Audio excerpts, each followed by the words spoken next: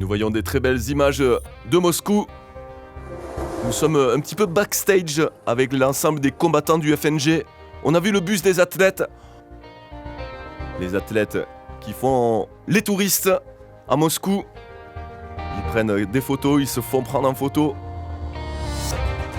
On voit ici Fedor en face à face. La pesée des différents combats de la soirée du FNG numéro 94. Bien sûr, Fedor qui a gardé son aura de combattant. La superstar, peut-être le meilleur combattant de l'histoire du MMA. Toujours des images sympathiques à voir.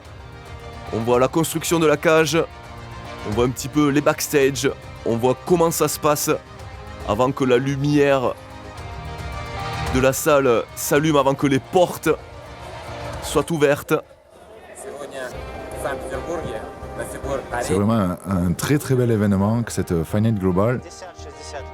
C'est, à mon sens, vraiment à l'heure actuelle, l'événement russe du moment, des combats très très bons, des stars internationales, la légende de Fedor qui est quand même revenu combattre pour la Fight Night Global, et toute, on va dire, une armada de combattants russes mis en avant.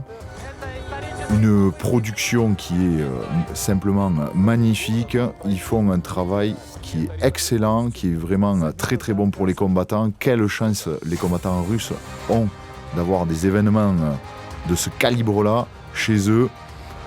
C'est tout simplement magnifique, une superbe organisation.